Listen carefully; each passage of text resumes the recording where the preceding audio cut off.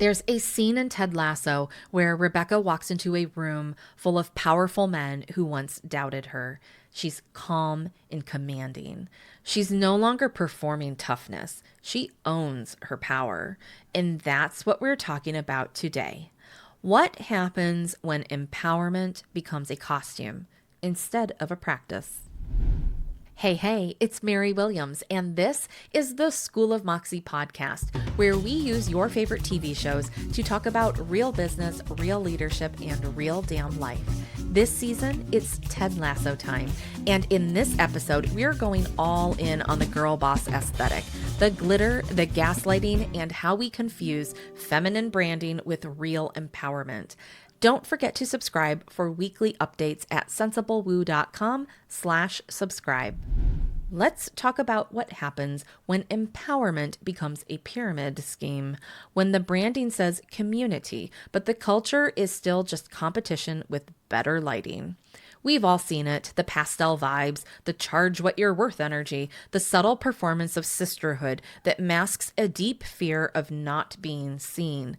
But here's what I want to say today. This isn't about burning it all down. It's about learning to discern, because there is a difference between a femme-forward aesthetic and actual power sharing, and nobody models that better than Rebecca and Keeley.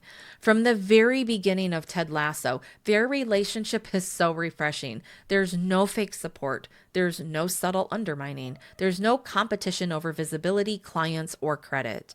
Rebecca is literally the most powerful person on the show. She owns the team. She holds the key to the entire empire. And when she meets Keeley, she doesn't gatekeep. She doesn't diminish her because she's just an influencer. She sees her potential and gives her opportunity. She hires her. She mentors her. And when Keeley outgrows her role, Rebecca cheers her on to start her own agency. No passive-aggressive jealousy. No, who does she think she is? Just support, real support. In Keeley, she reciprocates. She doesn't weaponize her proximity to power. She doesn't use Rebecca's name to gain status. She uses her platform to create something meaningful, her own space to lead, to hire, to build something from scratch. This is the model we need more of, not just in business, but in life. Women supporting women without competition, without shrinking, without segmenting into identity-only spaces that limit our growth. Because here's the truth. Operating in a male-dominated world is exhausting, especially in business. Especially when you've been taught that the only way to lead is to mimic the girl boss blueprint. Be pretty, be nice, sell empowerment. But Ted Lasso gives us a different way. It shows us that the solution isn't to create parallel structures that mirror toxic dynamics with glitter on top. It's to integrate, to model what it looks like when men support women without trying to dominate, when women support each other without trying to compete. Rebecca and Keeley are complex. Keeley gets hurt when she dates Jack, a female venture capitalist who ultimately drops her to save face. Rebecca forgives the woman who had an affair with her ex-husband. They navigate betrayal, heartbreak, and growth and still choose generosity over judgment. That's not weakness. That's strength. And that's the kind of leadership I want to see more of. I've been on both sides. I've been the woman who over-feminized her brand to feel safer. I've been the coach who watched her programs fill up with people chasing a vibe instead of doing the work. I've been the only one bringing in income. I've taken the practical gigs that paid the rent. I've built for the long game even when it didn't look glamorous. And I've worked with women who say they want to be empowered, but what they really want is to feel safe. And those aren't the same thing. Empowerment means taking ownership of your pricing, of your boundaries, of your legacy, not just your logo. We don't need more sparkle. We need more substance. So if you're stuck in the boss babe vortex right now, chasing the vibe but feeling exhausted, ask yourself this. Who are you building with? Who are you afraid to outgrow?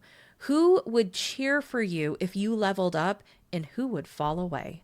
Because the real ones like Rebecca and Keeley, they're rooting for your evolution. Let's build more of that. This episode is brought to you by my membership newsletter, The Woo Crew.